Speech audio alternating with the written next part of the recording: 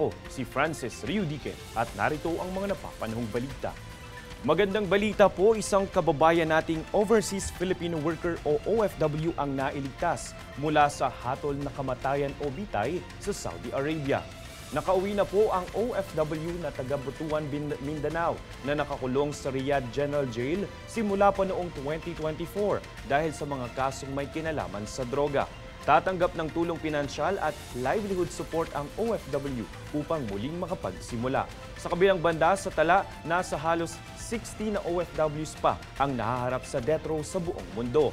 Karamihan rito ay mula Malaysia na sinundan ng Saudi Arabia at kalimitang may kaugnayan sa droga.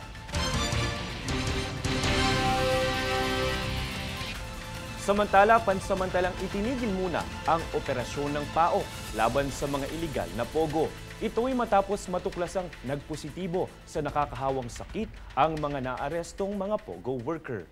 Mahigit 60 pogo worker ang nakumpirmang may sakit na HIV, syphilis at hepatitis.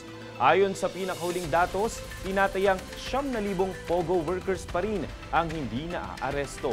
Balik operasyon umano ang PAOK kung sakaling magamot na ang mga may sakit na pogo workers. Inihayag naman ng Department of Health o DOH ang sanhi ng halos 600 sa higit 5,000 na kaso ng Human Immunodeficiency Virus o HIV sa bansa. 12% sa mga naitalang kaso sa unang quarter ng taon ay dahil umano sa paid sex. Dagdag pa ng DOH, 54% sa mga naitalang may kaso ng HIV magmula taong 2020 hanggang 2025 ay dahil sa parehong dahilan. Kami ang boses ng pagbabago. Ako si Francis Riudique at ito ang News Force.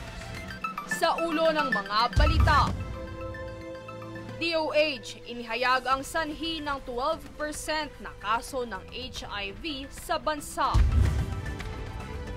OFW na nahatulan ng bitay, napawalang sala na sa Saudi. Kampo ni dating Pangulong Duterte humiling ng interim release sa isang hindi tinukoy na bansa. Senado, binabarya ang manggagawa matapos na basura ang 200 pesos wage hike ayon sa Kongreso. 66 na pogo workers nakumpirmang mayroong nakakahawang sakit. At Alas Pilipinas Men's Volleyball Team dinomina ang 3 friendly match sa Invitational Tournament. Patas at pantay na balita, komprehensibong ulat para sa pulso ng masa. Ito ang News Force.